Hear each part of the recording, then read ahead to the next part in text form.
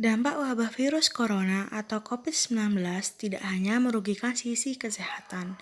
Virus yang bermula dari kota Wuhan, Tiongkok ini bahkan turut mempengaruhi perekonomian negara-negara di seluruh dunia, tak terkecuali Indonesia.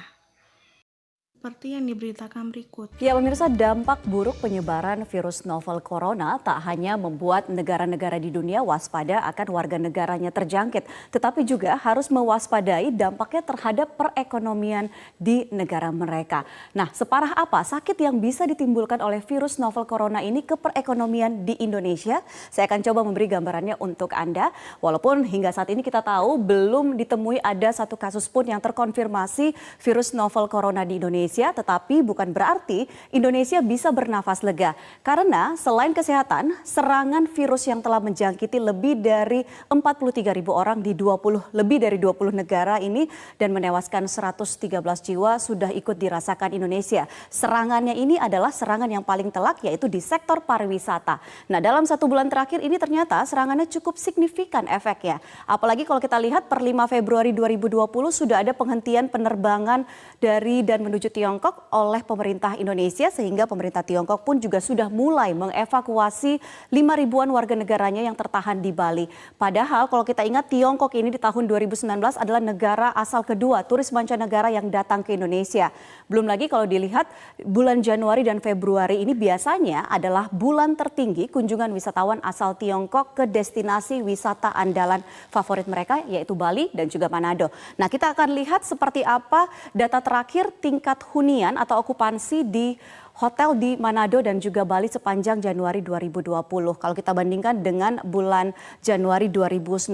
Jadi ini year on year kalau kita lihat ini ada penurunan yang cukup signifikan. Ini adalah data yang kami dapatkan dari atau hitung-hitungan dari Ketua PHRI Haryadi Sukamdhani. Kalau kita lihat ini okupansi hotel di Manado periode Januari sampai dengan Februari ternyata mengalami penurunan.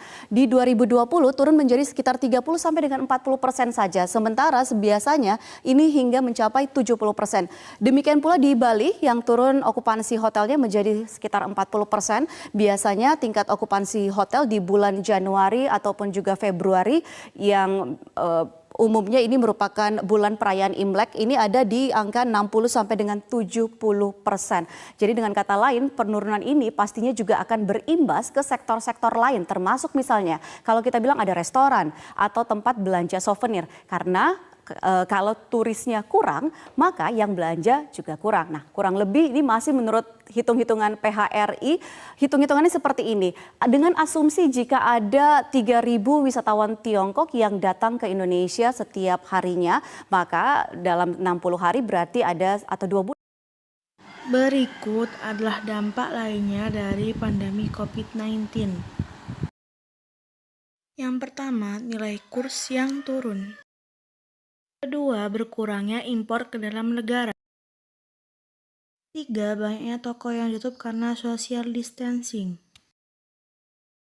Yang keempat, melambatnya peredaran uang. Kelima, banyaknya karyawan yang di PHK.